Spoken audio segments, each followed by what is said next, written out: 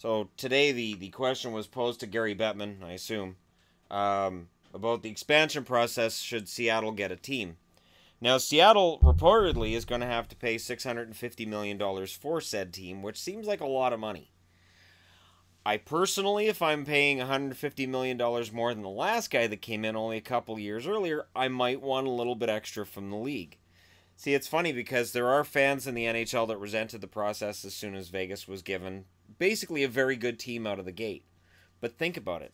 Is it better to add a new team to the league and have them be competitive right away, or is it better to add a team and have them turn out like Ottawa or San Jose or Tampa, and it takes them years to get to respectable? It takes them years to build themselves up, and then you're dealing with, in some cases, teams that have low attendance. And it's just, I think the way that it was set up with Vegas, the way that Vegas started was the best system. And I understand why people are mad because it means you're getting good players from every team. You're getting NHL level players from every team. But Seattle can't get less. So the expansion process would likely be the same, which is 7 forwards, 3 defensemen, and a goalie can be protected, or 8 players, so 8 skaters, and a goalie. And the Seattle team would have to take 20 of those 30 players, or I guess 31 in this case. They would have to be players who are under contract for the following season. So you can't just grab a bunch of UFAs, not sign them, and then have tons of cap space and, like, previous expansion teams might have wanted to do. I think what Vegas has done is change the whole narrative. And it's good, again.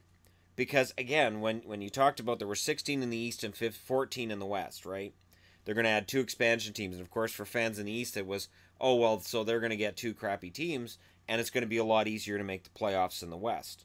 Not to mention, Vegas and Seattle would both be in the same division as teams like Edmonton, Calgary, Vancouver. If they were traditional expansion teams, that would boost their records by the fact that they're playing 2 expansion teams in the same division. 2 brand new teams created within 3 years of each other. Now what it does is that when Seattle comes in, whether it's 2019, 2020, or 2020, 2021, they're going to be competitive. They're going to get the same benefits that Vegas did, and it's because of the amount of money they spent.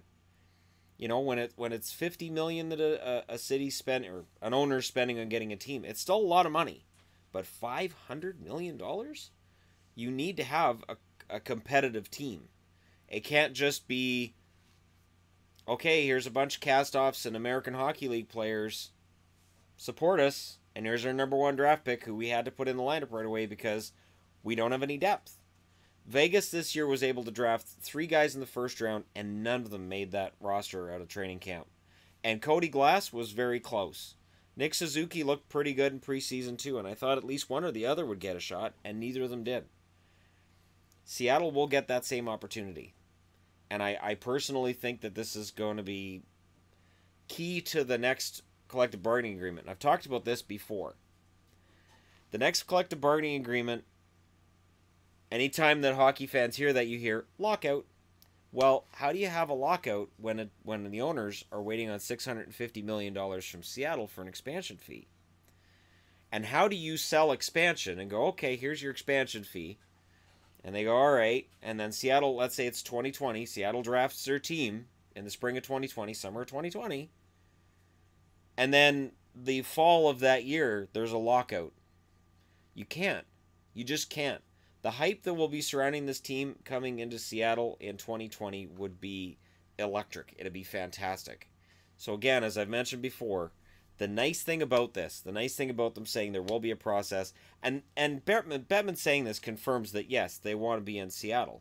Because if you mention Quebec to him, what's he going to say? He's going to say, well, no, we're not looking at Quebec right now. You mention any other city in North America, he's going to go, well, nobody's going to move, and we're not really looking at that right now. Seattle? Well, yeah, if they get in, they'll get this rule and that rule, and oh yeah, it'll be the same as Vegas, because that's where they're going. So he has a horrible poker face on this one. And normally, Gary Bettman can be as stone-faced as anybody else, but in this case, it's not even a debate. Seattle's in; they'll have the same chance to succeed right out of the gate as Vegas, and I really think that's for the betterment of the league. And not only that, but think about it: if the league wants to say, Okay, you can expand. You can have an expansion team, or you can have a relocated team. You have to make that expansion team a little more tantalizing. Normally, if a team's relocating, they're usually not very good. Their attendance is bad for a reason. They may be very poorly run. Would you rather get that for, say, 200, 250 million, or spend double that and have a chance to work with a clean slate, get all your own players, and not have any baggage from a previous organization? That's why Seattle's going to be an expansion team, and that's why expansion is a popular option.